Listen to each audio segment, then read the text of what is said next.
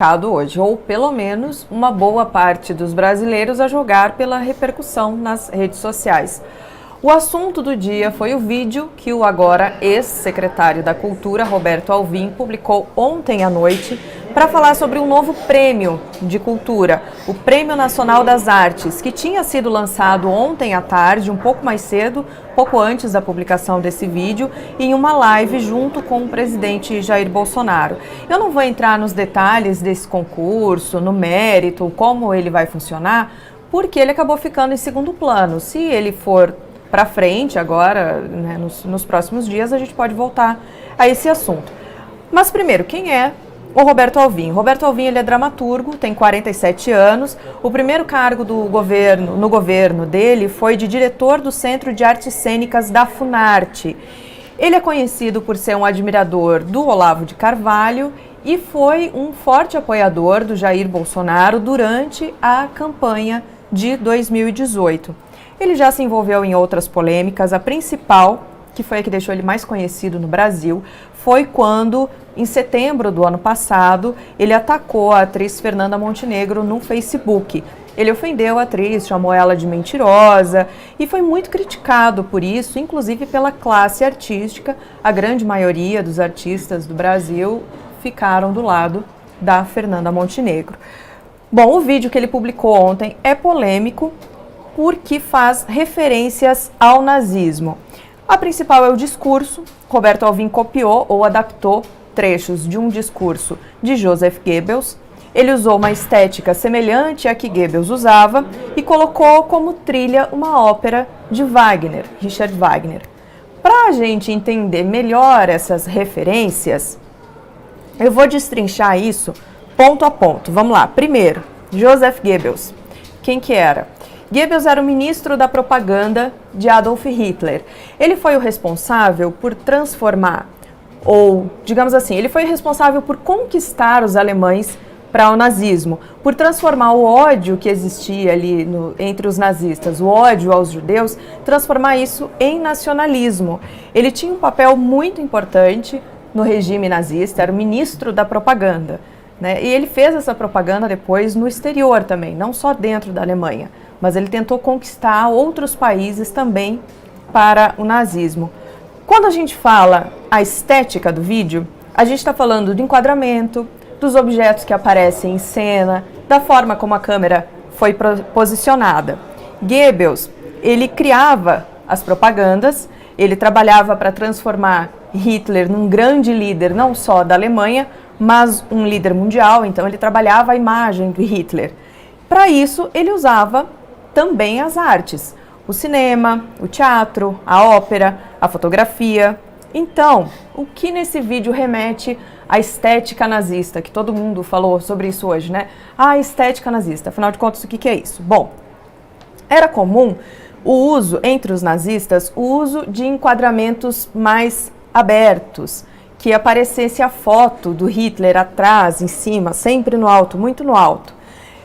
A estética era caracterizada por ter um sistema forte, né, um impacto forte, você olha, né? Mas ao mesmo tempo uma coisa simples, que pudesse ser facilmente compreendida com o menor número de elementos possíveis. A gente fala, essa imagem é muito poluída, tem muita coisa para ver. Não, era uma imagem mais simples, com poucos elementos, poucos objetos. No caso específico desse vídeo, além da foto do presidente Jair Bolsonaro em cima da imagem, né, lá no alto, aparecem a bandeira do Brasil e a cruz missioneira. A cruz missioneira é aquela cruz que foi usada pelos jesuítas da Companhia de Jesus, jesuítas que vieram ao Brasil lá no século XVI para evangelizar os povos indígenas, ou a partir do século XVI. Hoje, a Companhia de Jesus é uma das maiores da Igreja Católica, ela está presente no mundo inteiro e tem como objetivo principal o trabalho com a educação. É uma instituição séria, muito respeitada, que inclusive já criticou o governo Bolsonaro em outros momentos, quando, por exemplo, o governo se propôs a retirar o nome de Paulo Freire como patrono da educação. Bom, outra coisa, ele escolheu uma ópera de Wagner como trilha. Por que que isso remete ao nazismo? Richard Wagner foi um dos maiores compositores alemães, não só compositor, ele escrevia ensaios, era diretor de teatro, e ele viveu bem antes do nazismo, gente. Não vão dizer que ele era nazista, porque ele viveu antes do nazismo chegar ao poder.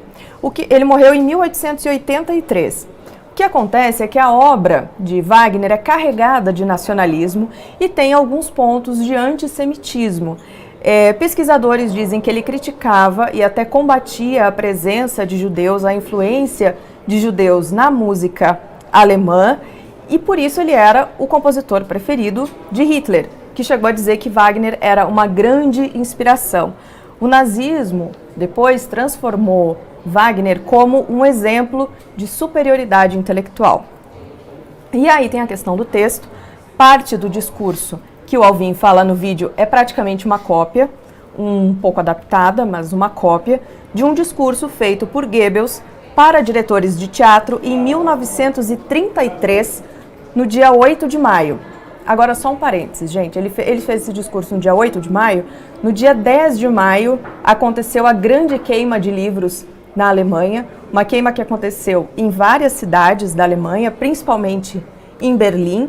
Eram livros escritos por pessoas que foram consideradas inconvenientes pelo regime, e a ideia dessa grande queima era fazer uma limpeza na literatura alemã. Fecha parênteses. Eu também conversei com uma cientista política, a Daisy Siocari. Ela é cientista política da Casper Libero. Ela estuda o discurso do agora presidente Jair Bolsonaro desde que ele era deputado. Ela também estuda política e imagem, como os políticos usam a imagem para complementar o discurso, sabe? E eu pedi para ela analisar esse vídeo e dizer qual a opinião dela a respeito. Vamos ver.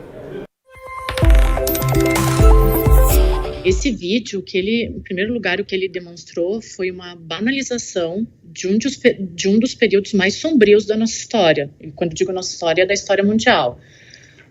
Eu fiquei um pouco perturbada quando eu vi esse vídeo. Eu estudo imagem e política. Se a gente for começar a analisar o vídeo só pelo discurso, que todo mundo já analisou, ele é um discurso que remete, sim, ao discurso nazista, isso não tem a menor dúvida. O que o ex-secretário falou ali de coincidência retórica, na minha área a gente chama de plágio. Isso é plágio. E na academia isso não é permitido, tu é banido. Então, assim, isso é impensável. Acho que tu te inspirar em alguma coisa que foi positiva para a humanidade, ok, é super válido, mas num discurso nazista não há justificativa que chegue a tempo. Aí vamos um pouquinho lá para a imagem e política. A estética do vídeo, ela é a estética nazista. A gente estuda aquela estética com poucos componentes de cenário, como uma estética nazista. Se a gente fizer essa comparação, e eu fui recuperar os vídeos hoje pela manhã, é a mesma estética. Tu poderia dizer que uma pessoa desavisada escolheu o Wagner porque gosta muito de Wagner, mas o ex-secretário é um homem de teatro, ele não compôs esse cenário impensadamente. Ele tem os elementos estéticos para entender que aquilo não é um cenário político qualquer. Ele é um cenário que remete a uma parte da história da humanidade que a gente deveria expurgar, né? Eu não digo esquecer, porque a gente sempre tem que lembrar disso. A gente viu desde de manhã uma repercussão enorme, muita gente pedindo a demissão do Alvin, inclusive o presidente da Câmara, o Rodrigo Maia, várias outras lideranças, ministros do Supremo também se pronunciaram contra, criticando esse vídeo. Essa repercussão, você acha que deve ter feito com que o presidente Jair Bolsonaro tomasse essa decisão de demitir? O presidente Jair Bolsonaro, ele sempre teve esse discurso tendenciado à direita. Não vamos esquecer, eu analisei agora no ano passado todos os discursos dele, desde quando ele assumiu como deputado federal. A primeira vez que ele elogiou o brilhante Ustra não foi no impeachment da Dilma, ele já tinha elogiado outras vezes no plenário. Ele tem um discurso, sim, tendenciado à extrema-direita. Tem um discurso, que foi o discurso que a gente viu no vídeo do ex-secretário, um discurso triunfalista e que nega a história. Isso a gente viu no vídeo também. É um discurso, vamos reconstruir a cultura negando a história, negando o que foi feito até agora. Esse é o discurso da própria cúpula do presidente, né? Não digo de todos os ministros, mas da maioria do próprio Bolsonaro. Então, essa demissão dele, ela não foi uma demissão por não concordar com o discurso. Eu não estou falando aqui que o presidente concorda com o nazismo, mas ele tem esse discurso tendenciado à direita, de negação histórica. A gente viu ele negando fatos da ditadura, negando fatos culturais, Então, a demissão do ex-secretário, ela foi por uma pressão, sim. Quando o presidente da casa, da Câmara, o Rodrigo Maia, diz que passou de todos os limites, a gente tem que parar para pensar. Então, e como fica a imagem do Brasil lá fora? Porque vários jornais internacionais também estão repercutindo isso. Tem um grande problema de diplomacia desde o dia 1, assim, o ataque às instituições, o ataque à imprensa, o ataque a tudo que eu não concordo, não há um debate. A nossa imagem fica o pior possível, depois de todo 2019, de toda essa inconstância que a gente teve com os outros líderes mundiais por causa das queimadas na Amazônia, a demissão do diretor do INPE, e agora vem mais essa.